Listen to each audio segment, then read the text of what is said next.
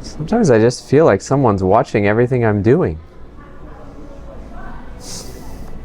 Welcome everyone to another episode of What's Up Mainframe. We are here in Texas at the Mainframe Technical Exchange. It's quite an exciting event with a lot of customers and a lot of Broadcom folks, including some people that we've really been trying to track down to get on the show.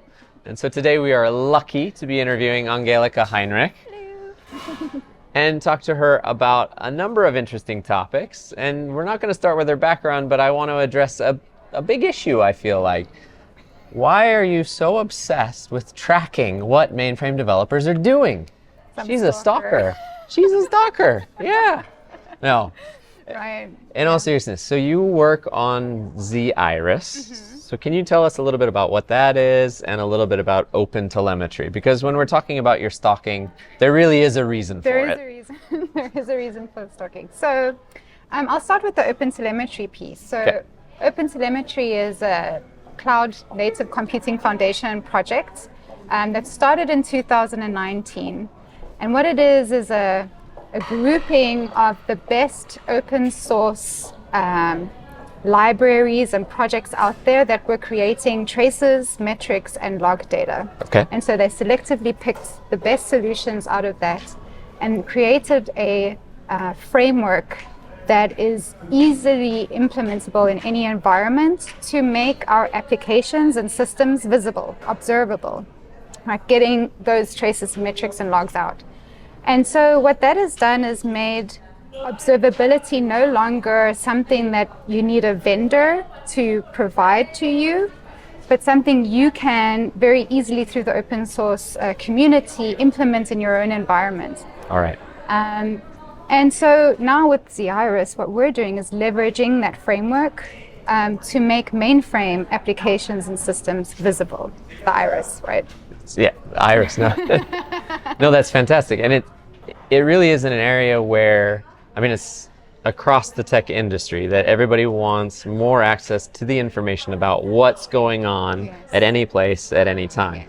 Interestingly enough, there was a customer who was talking about how at his company they used to have an integration with Splunk, mm-hmm. and the desire was to send as much information there as they could, mm-hmm. and he had to write all sorts of batch programs and all sorts of things to pull it out and send it there. Yeah. And I guess this is really where z-Iris can come into play. Right, yeah, so automating that whole process of getting the data out near real time and then injecting that into whichever tools are useful for the organization. Certainly. And so how do organizations actually go about setting this up? Because I know from experience with the Zoe Open project and the integrations that we have that a lot of people still hear open and they're kind of worried. So I think that was definitely the feeling we were getting during the beginning of the OpenTelemetry project, but it has been so successful in providing the value that users are looking for in observability that customers are now coming to us. You know, they're already Googling things like OpenTelemetry mainframe, right? Which means that they're readily accepting the ability to use open source software to provide them that capability. And what is amazing is within the enterprise mainframe, enterprise tech world, as you said, everyone wants to be able to see everything all the time. And this OpenTelemetry specification is addressing that need, I think, at its very core, because now it's kind of in your own hands to make things more visible. And I think that's been driving a lot of the adoption and the industry acceptance. So I think it's pretty amazing. Definitely. And because there's a community around it, right. means you have so many people contributing and making sure that it really meets a variety of use cases. Exactly. And what we've done is we now have what is called the Mainframe Special Interest Group, which is part of the OpenTelemetry community. Okay. And we meet weekly every Tuesday, so join us. And we talk about things like, how do we describe things on the mainframe, right? When we say a host name, what does that mean to us? What is the right value you would expect to see there? And that's all part of that semantic conventions we were talking about, having a common understanding of how we describe mainframe. That's excellent. Yeah. And so that mainframe interest group is something that you facilitate or kind of developed organically? So it's part of a couple of different vendors have come together, Okay. and users, of course. Yep. We always invite our users to join the group. And we're all working together to kind of have Mainframe as well represented within that community as all of the other platforms. Excellent, excellent. And so if someone's interested, they could reach out to you? Definitely, yes. I'm always on the call every Tuesday, my time in the evening, but I'm always around. If you go to OpenTelemetry.io, you will find all of the special interest groups as well as the Mainframe special interest group and all the information about what we're doing.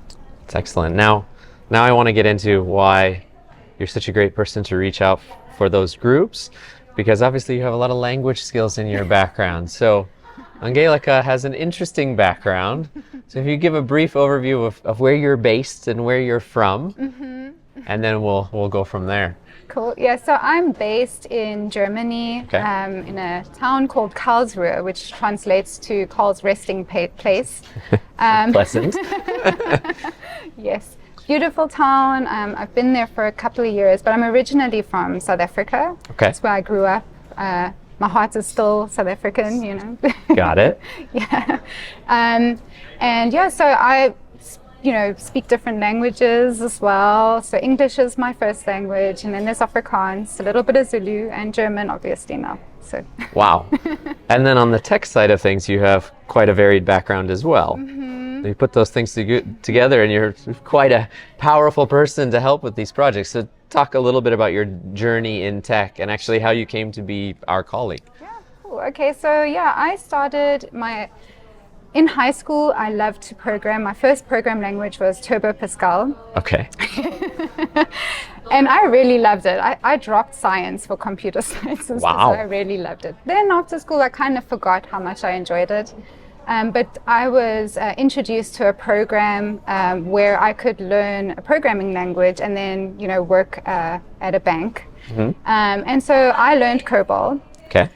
And I loved COBOL. It's super easy to write. If once you get the business specification, it's super easy to just bang that out. And once I'd learned COBOL, I had the opportunity to work in an enterprise environment, in a banking environment. And I was intrigued by enterprise architecture. Okay. And understanding how all these little pieces, how does that COBOL program fit into like the bigger scheme of things, right? Where is that? So I worked within the enterprise architecture team, and we were reviewing, all the different designs for the software and solutions that we were building. And then I decided to move to Germany at some point. As you do. As you do, yeah. So yeah, I gradually was thinking about, testing the German waters. And that's when I decided it's a good time to learn how to IPL a mainframe. And so then I was kind of going back to the roots of, the mainframe system, knowing it from a development perspective is one thing, but actually figuring out how to start up an Alpha. Become a sysprog. Yeah. Yeah, exactly. And so when I moved to Germany, that was part of what I was learning, your IODF configurations, attaching storage, all of that stuff. Then I learned a lot about backup software, disaster recovery, snapshotting, and all of that was really amazing. And then, I started digging into this observability thing. We had customers like, we have this really cool APM, but it doesn't do mainframe. So Angie, can you help? And it was kind of like, sure. And so that's kind of how that started. And we were kind of lucky that at the same time OpenTelemetry was starting up. And so both ZIRIS and OpenTelemetry, I feel just like kind of we've working been in growing parallel. together. Okay. Yeah. And what was great is that the background I did have in enterprise architecture, but also understanding the mainframe from the very base of it was helpful. It was I could talk to a system programmer and know what they wanted to see when they were getting traces and metrics, but I could also understand that an app dev or an SRE what they wanted to get out of that data. Definitely, because you had so many roles that you understood at every level the kind of information that other roles really required. And so then ZIRIS, it was kind of a small group. And then big old Broadcom And came then along. Big old Broadcom was like, we like this. We see what you're doing. We see what you're trying to bring to the community. And so they took us into their arms, and now we are part of Broadcom and enjoying it. The support and the drive for OpenTelemetry within Broadcom has also been very fantastic, and we're looking forward to moving on. And Definitely. And Z-Iris is really a pillar of the whole Watchtower platform in a way, right? I would say it's definitely the arc for when you want to have an enterprise-wide knowledge sharing for mainframe information. And so when you want your site reliability engineers, for example, your business analysts, to get a better understanding of what mainframe is doing for your digital services, then you would be using something like Z-Iris and OpenTelemetry. Super. Well, Angelica, it's been great learning about where you came from, how OpenTelemetry developed, what Z-Iris is, how it fits into the Broadcom portfolio. What an incredible life and professional experience. It's so lucky to have you. Thank you very much. Thank you.